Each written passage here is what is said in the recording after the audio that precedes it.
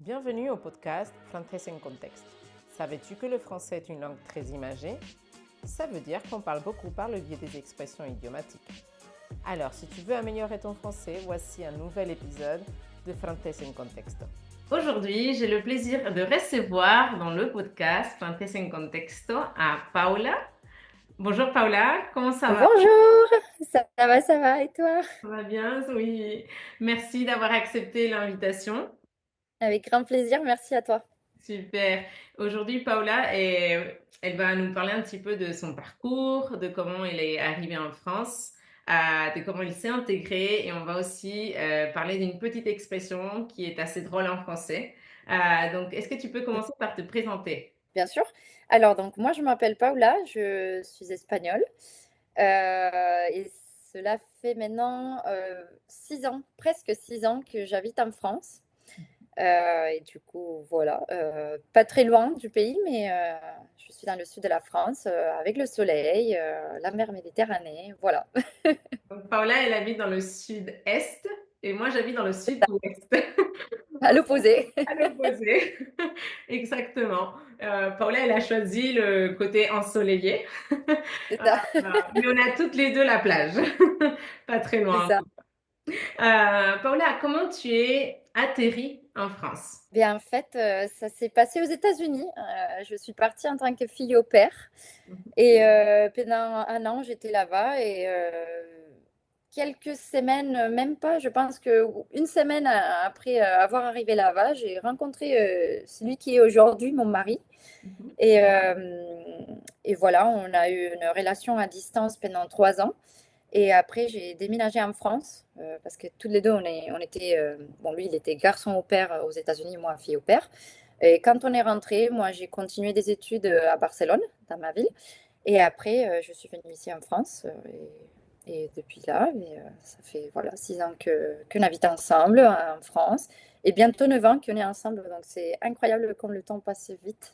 Et, oui, effectivement, c'est incroyable. Et c'était difficile de choisir entre déménager, que lui déménage en Espagne ou que toi tu ailles en France. Comment vous avez trouvé un accord? Alors, pas très difficile parce que moi, en fait, depuis le moment que je suis partie aux États-Unis, j'ai adoré ce concept de partir, de vivre à l'étranger, de connaître une nouvelle culture. Et pour moi, c'était clair, c'était moi qui voulais partir.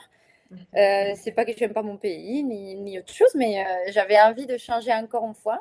Donc je suis retournée pour 2 ans d'études et après je me suis dit, je lui dis de toute façon, t'inquiète, c'est moi qui viens, j'ai envie de venir, j'ai envie de découvrir la France et d'apprendre la langue. Et du coup, voilà. Donc, il n'a même pas dû se poser la question, est-ce que je veux... Non, il était content quand même que ça soit moi. D'accord, oui, comme ça, enfin, je sais pas s'il parle Oui, espagnol, mais il était il pas... parle un peu quand même, il a les bases et il le comprend très bien, mais au moment où on s'est rencontrés, peut-être il avait moins de niveau, mais il le comprend très bien maintenant. Et de toute façon, bon, il s'est dit, oui, c'est très bien si tu viens, de toute façon, on n'est pas très loin parce qu'on est dans le sud. Donc Oui, voilà, ça se fait comme ça.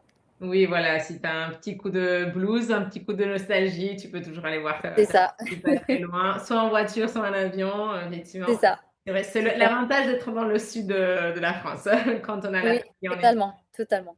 Oui, et comment ça s'est fait ton intégration en France quand tu es arrivée? Est-ce que tu parlais déjà français ou pas du tout? Alors, j'avais une petite base de français. Nous, en Espagne, on fait, bon, c'est quand même quand on est très jeune, on a 13 14 ans, on fait des fois, en tant que cours à l'école, on fait le français, mais c'est vraiment un niveau A1, A2 maximum. Je pense que ça reste très dans le A1. Et du coup, j'avais cette petite base, mais bon, je ne l'avais jamais utilisée de plus. Je suis partie aux États-Unis, je me suis concentrée sur l'anglais, forcément. Mais comme j'ai rencontré mon mari, je me suis dit, pourquoi pas me remettre un peu au français. J'ai acheté des livres anglais-français pour faire des exercices. Je regardais un peu des films avec des sous-titres et tout ça. Et en fait, ça s'est fait assez de façon autodidacte. Moi, j'aime beaucoup les langues. Et du coup, bon, je suis rentrée en Espagne. J'ai fait mes études encore pendant 2 ans. Et dans ces études, on avait le français aussi comme cours. Mais grâce à que je venais ici en France pour voir mon chéri, je l'ai appris, disons, naturellement. Et ma façon de m'exprimer, elle était plus, comment dire, plus avancée pour le cours. Et j'avais déjà un niveau assez bon. Et pourtant, j'ai pas fait beaucoup d'académie, j'ai pas fait beaucoup de support, mais ça a été plutôt la façon de parler et d'entendre qui m'a aidé à l'améliorer. Oui, donc plutôt le fait d'avoir le courage de parler, de Oui, t'exprimer, enfin de pas c'est rester ça. je peux pas ou bloqué à l'oral en tout C'est cas. Tu ça. as mis très rapidement en pratique ton Oui, français. Les bases que tu avais, tu les as mis en pratique pour pouvoir progresser et ça s'est fait naturellement aussi de cette façon-là. tout à fait. Donc ça veut dire que tu parlais déjà français quand tu es arrivé. Donc est-ce que c'était donc un avantage pour ton intégration, trouver un travail? Alors, je pense que oui. Je pense que oui parce que après, c'est vrai que pendant mes études, mes 2 ans d'études, j'ai réussi à avoir un Erasmus. Je l'ai fait ici dans le sud de la France, justement pour améliorer le français.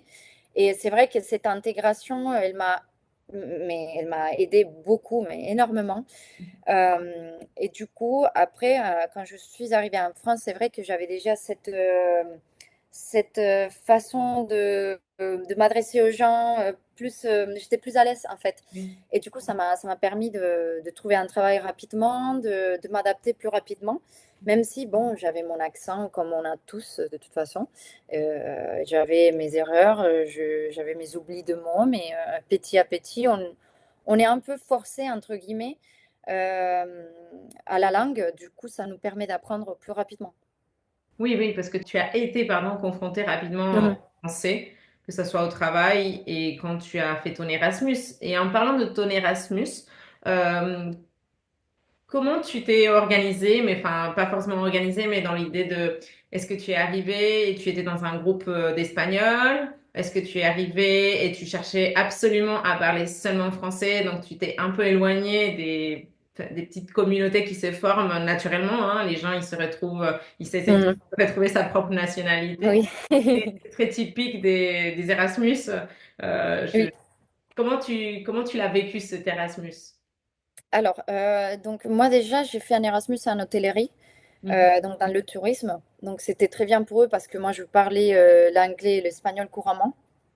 Et étant, c'est vrai que comme je suis venue ici dans le sud de la France, il y avait ce tourisme qui vient du côté espagnol, donc c'était très bien pour eux aussi. Et du coup, non, je n'étais pas qu'avec des Espagnols parce que j'étais peut-être, si je ne me trompe pas, l'unique espagnole. Ah, Et du coup, j'étais vraiment qu'avec mes collègues français qui venaient un peu aussi de d'autres points de la France. Et forcément, c'est pour ça que je dis que une des meilleures façons, je le dis toujours et je recommande toujours, si on peut partir dans un pays où on parle cette langue, qu'on essaye d'apprendre, c'est vraiment une façon très facile ou qui nous confronte à parler la langue qui nous permet de nous améliorer très rapidement. Donc, moi, j'étais qu'avec des Français. J'avais de temps en temps des amis ou la famille qui était venue me voir, mais la plupart du temps, c'était des Français. Donc, c'est c'était pour ça que je trouve que après mon Erasmus, mon français, il s'est amélioré d'une façon, voilà, exponentiel. ouais, c'est ça. Oui, oui, je comprends totalement. Enfin, moi, je suis partie en Erasmus dans la ville de Tours aussi. Et c'était Mhm. un Erasmus étudiant. Je sais pas toi si c'était un Erasmus stage ou un Erasmus étudiant à l'université. C'est des stages parce que ouais, je sais pas quelle est la différence, mais je Ouais. pense que c'était pour des stages. J'étais pas, Tu je faisais pas des travaillais? études en France. Je travaillais, voilà. Et voilà, c'est ça. Donc, moi, j'ai vécu mais, du coup le côté un peu plus étudiant. Et c'est vrai qu'il y avait les groupes d'Espagnols, le groupe d'Italiens, le Oui. groupe d'Anglais. Et moi, je voulais absolument pas parler espagnol pendant 9 mois. Donc, je l'ai vécu très bien parce que je me suis dit, non, zéro espagnol. Donc, je me suis fait des amis français.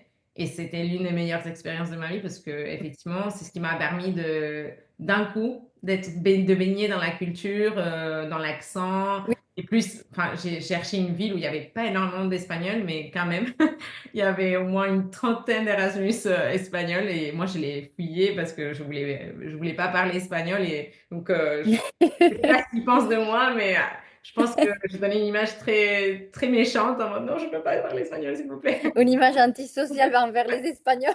C'est Ou ça, c'est exactement ça. Et je disais, mais je vous adore, mais c'est très important pour moi. Donc, j'avais Oui, un après, c'est objectif normal. et j'étais très focus sur mon objectif parce que, enfin, comme tu le sais, hein, normalement, on fait un Erasmus, on rentre dans notre pays après. Je Oui. pensais pas après rester vivre ici. Et puis là, ça fait 2011. Donc, ça fait 13 ans que j'habite en France. Ah oui, Oui, donc je suis restée après. beaucoup. Voilà, je me suis dit, je reste et tout. Mais effectivement, c'était une période assez particulière. Et je trouve que, comme tu le dis, le fait d'être entouré des Français, ça fait enfin, avancer d'une façon assez exponentielle son niveau de français ou de langue en tout cas. Oui, Oui, oui, oui, oui, complètement. Je tout suis à totalement fait. d'accord. Est-ce que, est-ce que tu aurais quelque chose à partager, une anecdote ou quelque chose que tu as vécu, une expérience dans ton apprentissage du français qui t'ait beaucoup marqué, que tu t'es dit, voilà, à partir de là, j'ai beaucoup progressé ou quelque chose qui t'a fait vraiment avancer comme un conseil? Ben, c'est un peu ce que j'ai déjà dit. Je trouve qu'une des meilleures façons d'apprendre une langue, peu importe la langue, c'est vraiment de sortir de sa zone de confort et de partir dans le pays et pouvoir le visiter, comprendre le mode de vie, la culture. Vraiment, un côté immersif de vraiment y aller et vivre la culture, vivre la langue. Parce que moi, des fois, on peut me dire ah, mais j'entends très peu ton accent espagnol. Je dis, mais je l'aurai toujours. Et ça, il faut jamais être. Complexé, J'ai pas le mot. complexé ou... Exactement, Mhm. exactement, complexé. Il faut pas se complexer pour ça, parce que c'est notre identité. Mhm. Donc, autant l'avoir. Mais moi, c'est vrai que j'aime beaucoup m'approcher au maximum de l'accent parce que pour moi, c'est comme un objectif de j'arrive jusqu'au vraiment dire qu'on puisse me dire ah, j'aurais pas deviné que tu étais espagnol. Bon, je sais pas si ça va arriver, hein, parce que on me trouve l'accent toujours, mais bon, je veux dire. C'est tellement la façon de les entendre parler, les voir réagir, euh, se, se- se réunir avec des gens qui parlent cette langue, qui vivent cette langue parce que c'est leur langue. Je pense que c'est la meilleure façon d'apprendre. Après, on a toujours les bonnes manières de faire aussi avec tout ce qui va être la musique, les films, les séries, tout ce qui peut nous permettre aussi D'être de voir des personnes natives de cette langue, non, qui parlent cette langue couramment. Et ça nous permet aussi de nous améliorer, de voir comment ils font, les gestes, non, l'intonation, de fois, c'est des trucs. Je me dis, c'est très rigolo parce que moi, par exemple, j'ai entendu pas mal de Français faire une chose qui est l'aspiration, quand ils vont répondre, de dire quelque chose et de faire oui. Et là, c'est vrai que c'est ça. et je me dis, mais pourquoi? Et petit à petit, je l'ai adapté sans le vouloir parce que Voilà. c'est quand on entend quelque chose beaucoup qu'après, hop, on l'adapte. Et moi, deux fois, je vais répondre à mon mari, je vais lui faire ouais. Et c'est juste pour lui dire oui, parce qu'il est en Oui. train de dire ouais, cette façon de dire oui, mais on le fait en aspirant. Du coup, ouais. Et, et je me dis, mais pourquoi? Et des fois, je le fais, je me dis, mais comment j'ai attrapé ça? Oui, comment tu as intégré ça, ce C'est ça. mimétisme? Enfin, finalement, c'est aussi par mimétisme, un peu comme les enfants, hein, ils apprennent, Oui, ils imitent complètement, c'est ça. inconsciemment. Et Oui. effectivement, pareil, enfin, moi, j'avais vu ça chez une copine il y a plus de 6 ou 7 ans, qu'elle faisait, à chaque fois qu'elle répondait, elle disait, mais pourquoi il aspire le oui? Enfin, voilà, le oui, on le déforme, on dit ouais dans le langage familier, et puis après, parfois, on va l'aspirer un peu, on dit Ouais, parce qu'on est très c'est ça. convaincu de la chose, par exemple. C'est comme si enfin, je sais pas, je saurais pas expliquer comment Je ne saurais même pas ce l'expliquer. processus, enfin, linguistique s'est fait, mais en tout cas, on l'adapte comme tu viens de le dire. Et Mm. c'est drôle, enfin, c'est pour ça aussi que je fais ce podcast.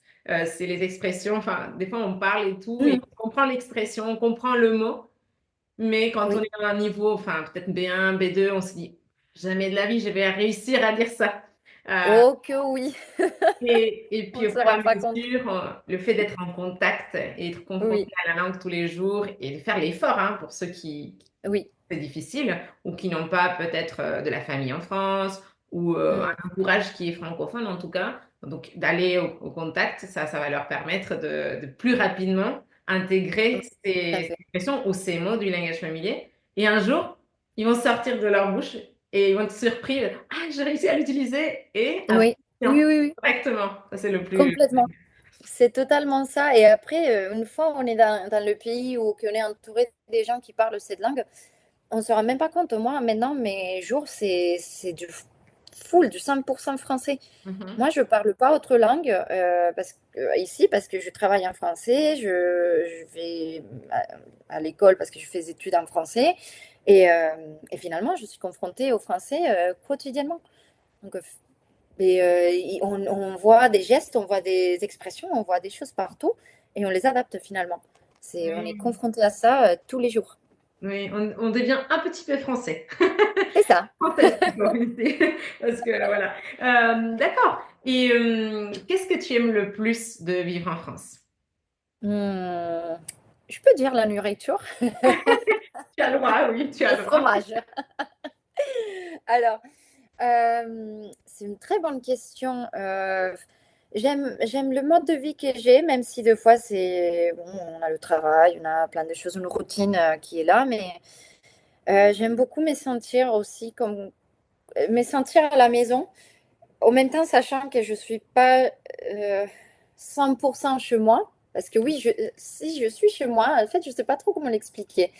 Je suis chez moi parce que j'ai ma maison ici, j'ai ma vie ici. Mais je sais qu'il y a un fond de moi qui est espagnol de toute façon, parce que moi je Oui. suis On ne peut espagnole. pas le régner.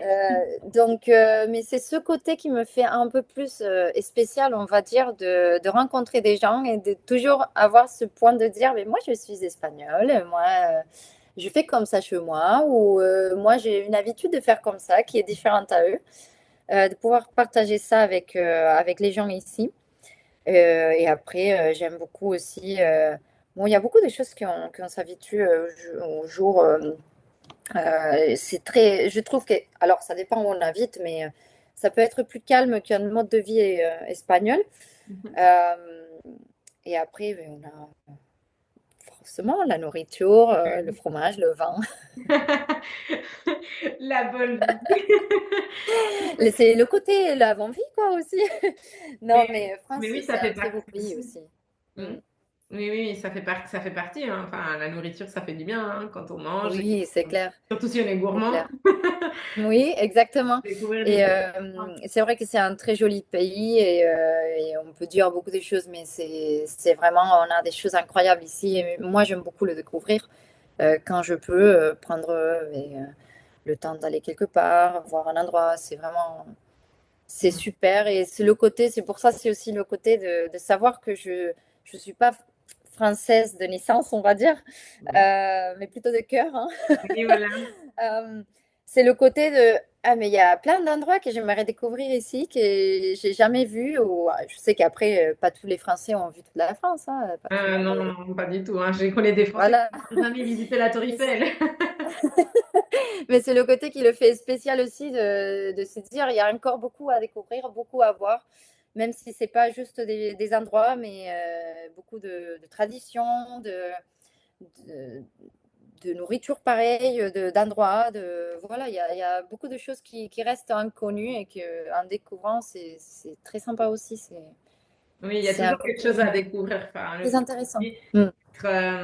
d'être non natif, en fait, c'est que à Oui, chaque fois, enfin, je sais pas toi, mais j'ai l'impression, enfin, toutes les semaines, j'apprends un nouveau mot, une expression que oui, j'ai c'est vrai, jamais entendue. complètement.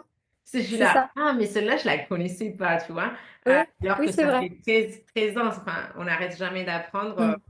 ça nous arrive peut-être aussi dans notre langue maternelle, enfin, on change de région et puis il y a des nouvelles expressions Oui, qu'on découvre, mais aussi, enfin, moi, j'adore découvrir des mots et c'est comme un jeu pour moi. Mais dans toutes les langues, oui. de toute façon, j'aime beaucoup les langues, donc pour moi, c'est comme un jeu. Je m'amuse Mhm, en fait. Et pour moi, quand tu parlais aussi du fait de vivre ici, que tu aimes découvrir les pays, que tu t'es pas posé la question, est-ce qu'on va en Espagne, est-ce qu'on va en France? mhm, Même si ça fait là maintenant 13 ans que j'habite ici, j'ai aussi déménagé plusieurs fois en France. mhm. Et c'est ça aussi la richesse, je me dis, voilà, tous les jours, enfin, j'apprends des nouvelles choses, même si, enfin, là, je suis déjà prof depuis 10 ans et que j'apprends, enfin, tout le temps, on est en plein apprentissage et c'est Complètement. ça Mm. qui, enfin, moi, personnellement, c'est ce qui me plaît, qui me motive à chaque fois. Je me dis, ah, je apprends tous les jours quelque chose. Alors, si je Oui. rentrais chez moi, j'apprendrais rien. Euh, C'est vrai, et pourtant, on ne connaît pas complètement le pays non plus. Moi, je ne connais pas toute l'Espagne, mais, non, moi non plus. mais c'est vrai que je me sens plus attirée de découvrir un autre endroit malheureusement, que l'Espagne. Mais pas méchamment, mais c'est vrai que on a ce côté de dire l'Espagne, vu que ça a été toujours, et ça sera toujours chez moi aussi, je, Mhm. on a cette sensation qu'on a la possibilité de la découvrir n'importe quel moment. Même si Exactement. peut-être on est plus loin, je ne sais pas pourquoi. Après, on dit toujours en français, l'herbe est toujours plus verte chez le voisin. Ça, C'est c'est une vrai, expression c'est vrai. qui veut dire que bah, c'est toujours mieux ailleurs. Oui, on a cette Quand on sensation, tout à est, fait, oui. voilà, quand on n'est pas chez nous, quand on n'a pas Oui, quelque chose, on veut toujours avoir ce qu'il y a, enfin, l'autre personne, ou on a envie, enfin, on a envie d'avoir la même chose que les autres. Donc là, c'est un peu la même chose, c'est que c'est pas chez nous, en fait, même si on se sent chez nous. Et comme tu as dit, tu es française de cœur. Bah, finalement, c'est la même chose. Enfin, tu découvres. C'est comme si tu étais toujours en Erasmus. En oui, fait, ça. complètement. C'est vrai. C'est un Erasmus Parce que tu sais que tu peux permanent. retourner aussi, donc bon, tu fais, voilà. Et, le jour où tu as envie de retourner, tu rentres et tu vois la famille ou les amis. C'est ça, tu pourras toujours y retourner en fait, c'est ça. Oui, oui, en fait, c'est ça. Je pense que c'est qui Mm, change mm. les choses. Du coup, quelle est l'expression ou quelles sont les expressions qui sont drôles pour toi ou que tu as plus de curiosité à apprendre? Moi, j'aime beaucoup les expressions qui ont des animaux. Je ne sais pas pourquoi, je les trouve très rigolotes. Moi, l'expression quand je l'ai entendue, je me suis dit, mais pourquoi? Je la comprenais, je me dis, mais pourquoi? Pour moi, ça n'avait pas de sens. C'est celle de, il fait un froid de canard. Mhm. Et je me disais, mais pourquoi le canard? Qu'est-ce que c'est? Pourquoi c'est pour les plumes? Et Je quel est le voyais pas rapport le. entre le froid et le canard? Exactement. Mais voilà, quelle est la relation? Et c'est celle qui me fait. Et pourtant, c'est pas peut-être une expression que j'utilise beaucoup Mhm. parce que on est dans le sud, il fait pas très froid. Non. Mais si, il fait froid en hiver, il fait froid en hiver quand même. Mais je l'utilise pas, mais elle me fait toujours. Elle me fait rire. C'est une Sourire. expression très rigolote, oui, c'est ça. Donc il Je fait la un trouve froid de canard, ça veut dire qu'il sympa. fait très très très froid. C'est ça. C'est ça. Et est-ce que tu as compris pourquoi? Quel rapport il y a entre le froid et le canard? Non. Si tu as la réponse, je D'accord. serais ravie de Alors, enfin, l'entendre. j'ai essayé de lire, enfin, quand tu m'as dit que c'était une expression qui te faisait enfin, rire, qui était drôle pour toi, j'ai regardé un petit peu sur Internet, il y a plusieurs hypothèses, mais je pense Mhm. que celle qui explique le mieux l'expression, c'est que apparemment, donc le canard avec ses plumes, il est très très chaud. Donc normalement, il est Ok. dans son lac, et quand il commence à faire très froid et que le canard ressente le froid, c'est Mhm. qu'effectivement, il fait vraiment très froid. Donc, si le canard ressent Ah, le froid, c'est que il fait il froid. fait vraiment, vraiment froid. Vraiment. Ok, Donc, très voilà. intéressant. C'est l'une des hypothèses, parce qu'il y en avait trois autres Ah oui. qui parlaient aussi de la migration. Bon, c'était vraiment très historique et très, comment dirais-je, Ouais. spécifique aux volatiles, donc aux animaux qui volent. Donc, je me suis dit, non, je pense pas que celle-là soit la plus adaptée, mais je pense que c'est souvent en lien avec les plumes, comme tu as dit. Est-ce qu'il y a un rapport avec les plumes? Donc, ils tiennent très chaud, mais si un canard D'accord. arrive à sentir froid, c'est que du coup, il fait vraiment très froid. Ok. C'est très intéressant. Je n'aurais pas dit pour ça, mais franchement, c'est très intéressant. Et Ouais. effectivement, en français, il y a énormément d'expressions avec les animaux. C'est vrai, mais incroyable. Il y a récemment, enfin, j'ai parlé avec un ami j'ai interviewé pour le podcast et on a parlé, donc il pleut comme vache qui pisse. Donc pareil, Oh, j'adore celle-ci aussi. c'est assez drôle parce que justement, il me disait, si, je sais pas si tu as vu une vache qui pisse, mais le jet de pisse est énorme parce que la vache peut boire énormément d'eau. Elle boit déjà d'ailleurs dans la journée beaucoup d'eau et donc quand elle pisse, elle y va quoi. Ouais, ouais. Donc C'est drôle c'est quand assez même. drôle effectivement. Ah non, mais il y en a tellement. Ouais, non, mais celle-là, avec les animaux, ça m'est. Je pense, je sais pas, ça me fait rire parce que bon, c'est vrai qu'on les a pas toutes ou exactement comme ça en espagnol, donc c'est toujours sympa d'entendre d'autres expressions et mine de rien, quand tu commences à les utiliser, ça t'apporte cette touche française où on dit ah mais on dirait que t'es française. C'est ça, il n'y a pas que l'accent en fait qui fait que on a, Exactement. Et il voilà, y a aussi les expressions. c'est ça quand on commence à utiliser les expressions, enfin on passe, c'est pas qu'on essaie de passer par un français, hein, Mm, enfin pas du tout, hein. C'est vraiment le fait de se camoufler un peu, si on peut utiliser ce mm. terme, C'est vrai, c'est vraiment vrai. se mêler, enfin dans la masse et puis passer inaperçu, on va dire. Dans une conversation et puis utiliser des expressions bah, comme tout le monde en fait au final et les Français au final ils oublient qu'ils sont en train de Oui. parler avec un étranger, un non-natif, parce que c'est tellement fluide la conversation grâce, que ce soit aux mots familiers et aux expressions Mhm. exotiques, voilà, il n'y a pas de différence, on ne se sent pas différent ou C'est ça. vexé ou quoi que ce soit, effectivement. Tout à Est-ce que tu aurais des conseils à donner à quelqu'un qui commence à apprendre le français, que ce soit qu'il habite en Espagne ou en France, en Suisse ou dans un autre pays ou qui veut venir en France? Quel est le conseil que tu donnerais? Mon conseil, c'est de trouver d'essayer de trouver la façon qui lui va mieux. C'est pas parce que moi je préfère lire des livres, par exemple, ou voir des séries, ça va fonctionner aussi pour l'autre personne. Mais peut-être cette personne, elle va préférer écouter des podcasts, la musique. Il y a des gens qui avec la musique, ils rentrent on dit non, qu'avec la musique, on est dans notre bulle, que chacun avec son style de musique, on est capable de nous transporter, et voilà. Donc, de vraiment trouver la façon qui s'adapte le mieux et ne pas se démotiver, ne pas lâcher, parce que en fait, c'est La constance? voilà, la constance, c'est ça. Bon, j'étais en train d'hésiter avec le mot. Et c'est la constance, en fait, et y être là et continuer qui va vraiment amener au bout, vraiment où on veut arriver. Mhm. Fixer les objectifs et y aller. Moi, des gens qui m'ont contacté, comment tu fais ou qu'est-ce que tu ferais si... Mais vas-y, mais fonce. On a une vie. On n'est pas là juste pour nous jeter des cailloux à nous-mêmes, hein. Mhm. Là, je viens de changer. Je ne sais pas si on dit comme ça en français cette expression, mais en Mettre des espagnol, bâtons dans les roues. voilà. En Mais- espagnol, c'est les cailloux, en français, c'est les bâtons. Et on est là pour y aller, pour profiter du chemin aussi, de ne Mhm. pas rester juste, ah, j'arrive pas, j'arrive pas. Bon, bah, part sur une autre chose. On n'arrive pas avec cette prononciation, bah, on continue avec autre chose, on ne se bloque pas et on profite. Mhm. Parce que petit à petit, on va se rendre compte que en continuant et en faisant, on va y arriver.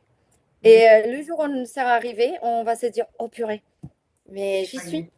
est. J'ai réussi et si je me suis arrêtée là, voilà, non, en fait, il faut continuer. Mhm. Il faut y arriver et petit à petit, chacun a son temps, chacun a un chemin différent, jamais se comparer. Oui. Euh, c'est ce que je pense qui est le mieux. Après, on a vraiment des fois de mal à ne pas nous comparer parce que bon, c'est pas évident, on a toujours envie d'y arriver, on a cette sensation qu'on doit y arriver rapide et réussir rapide. Mais il faut prendre le temps et profiter du chemin avec la méthode qui nous fonctionne à chaque personne. Voilà, ça serait le gros conseil. Mais oui, non, mais je suis totalement, enfin, moi je pense que tu as dit tout juste. Je suis complètement d'accord avec toi sur, enfin, les différents points que tu as abordés. Enfin, d'être persévérant, donc constant, Mhm. persévérant dans nos C'est ça. chemins, avoir des objectifs clairs, réalistes aussi. Hein, si on Oui, a qu'une heure par semaine à dédier à notre apprentissage du français, effectivement, on peut pas s'exiger comme si on passait 9 heures par jour à complètement. étudier le français. Donc, il faut être réaliste avec soi-même aussi pour aussi tenir à long terme sur ses objectifs. Donc, Complètement. avoir des objectifs réalistes et juste avoir des objectifs, c'est déjà énorme. Mhm. Et aussi de ne pas lâcher, comme tu dis, parce que on n'arrive pas avec le V. Donc, ok, enfin, j'y arrive pas, je suis nulle, je peux pas faire ça, je parlerai jamais bien français. Non, pas du tout. Enfin, c'est un processus, l'apprentissage, que Exactement. ce soit de l'anglais ou d'une autre langue, hein, ça s'applique à toutes les langues au final.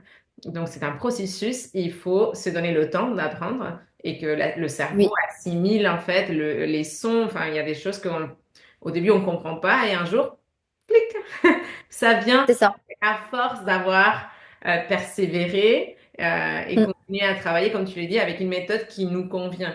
Effectivement, parfois on Oui. peut avoir différents conseils. Moi-même, je donne des conseils pour Mhm. mes étudiants, mais je leur dis que ça soit adapté à toi. Enfin, moi, ça marche pour moi, mais ça se trouve, ça marche pas pour toi. Mais il y a différentes méthodologies ou des outils. Hein. Moi, j'ai jamais appris les langues avec les applications, par exemple. C'est quelque chose, enfin, moi, je suis sur les réseaux sociaux, j'ai tenu de cours en ligne, mais je n'aime pas être avec mon téléphone, par exemple. Je n'aime pas passer du temps Mhm. sur mon téléphone. Chacun a ses méthodes et ils sont Ah, tous valables. Justement, c'est j'en ça. parlais avec une fille il n'y a pas longtemps et elle me disait, elle est prof d'allemand. Mhm. Et elle me disait, chacun prend l'application ou la méthode Ça, qu'il veut. c'est- Et je ne veux pas lui dire, non, fais pas avec une application, fais pas comme ça. Chacun peut faire, c'est valide, ça Mhm. permet d'apprendre. Ouais. Donc, chacun prend son chemin. Et l'important, c'est de ne pas lâcher et de ne pas se bloquer avec ce que les autres font ou comment les autres avancent. Parce que même moi, ça va faire 6 ans que je suis là. Et, euh, et même moi, des fois, il y a des jours où je suis fatiguée, j'ai pas envie, et il y a les mots qui sortent pas. Ouais. Mais les mots qui sortent pas, des fois, tellement que je me dis, là, c'est stop, j'ai besoin de parler espagnol ou j'ai besoin d'être tranquille, de pas communiquer avec les autres parce que j'arrive pas. Ou il y a des mots qui j'ai un peu plus de mal, ou une prononciation qui, même après quelques années, mais j'ai du mal. Mais c'est comme ça, le français, ce n'est pas une langue facile non plus. Il y a ses difficultés et il faut les accepter et les apprendre petit à petit et ne pas se bloquer avec elles. Oui, C'est voilà. C'est tout à fait ça. Il faut pas rester devant l'erreur ou la difficulté en disant, ah, mais j'y arrive pas. Ok. c'est ça. Aujourd'hui, j'y arrive pas. Enfin, je lâche prise. Voilà, c'est bon, j'arrive pas. C'est Exactement. ok. D'accord, c'est comme ça. On passe à autre chose et on revient Mm. demain ou après-demain. Mais c'est pas parce qu'on bloque un jour que ça sera toujours comme ça. Et puis notre Exactement. cerveau aussi peut être fatigué, hein, par Oui. plusieurs choses. Enfin, dans la vie, on a tous des difficultés, que ce soit au travail, Oui. en confrontation avec des collègues, ou les études, les enfants, pour ceux qui en ont. Et ça fatigue et parfois le cerveau n'arrive pas à processer. Mais même en espagnol, des fois, on est là, enfin, les phrases n'ont aucun sens. C'est Euh, vrai, c'est vrai. on parle, on mélange les deux langues. Enfin, mon mari Complètement. est espagnol et on parle espagnol à la maison avec les enfants. Mais on mélange avec le français des fois parce qu'on ne retrouve plus nos mots en espagnol parce que enfin, mon mari travaille à l'extérieur. Donc, L'habitude, oui. et il a l'habitude de les utiliser, donc on oublie. Ok, on fait comme ça. Et puis, c'est pas pour ça qu'on parle mal espagnol ou on parle mal français. Il faut accepter les choses comme elles viennent, en fait, comme elles arrivent, Oui. et puis continuer. Et ça, c'est très important. Je pense que c'est un conseil très important pour Mhm. plusieurs personnes qui, effectivement, me disent, ah, mais je progresse pas, j'ai fait ceci, cela pendant 3 mois, ça n'a pas marché. Donne-toi le temps d'apprendre, hein. C'est un processus Cherche une à autre venir méthode au fur et à mesure. peut-être, ou voilà, C'est prends ça. le temps. Et il faut se dire que finalement, euh, on est en train d'apprendre une langue. Mhm, Une langue, ça va nous apporter plein de choses derrière. mhm. Donc, il faut y aller tranquillement et avec que ça nous fasse plaisir. Parce que si on apprend une langue forcée ou sans plaisir, ça va servir à rien parce que finalement, ça va nous saouler, ça va. voilà, ça va être compliqué. Mais après, quand on y sera arrivé, on va se dire, mais purée, j'ai appris une langue. Je suis Mhm. capable de communiquer avec des personnes en cette langue, personnes qui ne parlent pas ma langue maternelle, Ah, mais je suis capable. je me fais comprendre. C'est quelque chose de très important. Oui, Ça nous amène très loin, ça ouvre des portes. Donc, oui, il faut pas se laisser bloquer ou faut vraiment pas avoir peur et il faut y aller et petit à petit. Si ça oui. prend deux Je ans, ça pense prend 2 ans. Si ça prend un, ça c'est prend ça. un. Je pense que c'est très important aussi parfois c'est de se féliciter, se dire, Oui, on oublie beaucoup j'ai très ça. bien parlé, on m'a félicité, on m'a dit bravo, enfin, ou tu parles Mm, très mm. bien, et d'enregistrer ça quelque part dans notre tête Oui, pour les fois où on est découragé et se dire, mais non, il y a des fois j'arrive très bien, et ça c'est important c'est aussi. ça. Ça, j'ai réussi, ok. Ou regarder en arrière et dire, waouh, il y a un mois, j'arrivais pas à dire ça, par exemple. Ou je comprenais pas cette discussion-là. Ou je regardais ces films et j'ai pas compris la même chose. Donc, enfin, aussi prendre du recul Mm. et se dire, ok, je progresse quand même. Et ça, c'est très important, je pense, pour l'intégration aussi en France. Oui, c'est ça, Bon, on arrive à complètement. la fin de l'épisode, Paola. Je te remercie énormément d'avoir accepté l'invitation. C'était avec grand plaisir. Merci à toi. C'est vraiment super sympa. C'est top et de pouvoir, voilà, si ça peut aider à des personnes qui sont en train d'apprendre, c'est avec grand plaisir. Ça me fait plaisir. Vraiment, C'était merci très à toi. chouette de partager avec toi. Et bah, j'espère à bientôt Oui, dans un prochain épisode ou dans la vie réelle. oui, avec grand plaisir. Merci à toi, Noé. Au revoir! Ciao.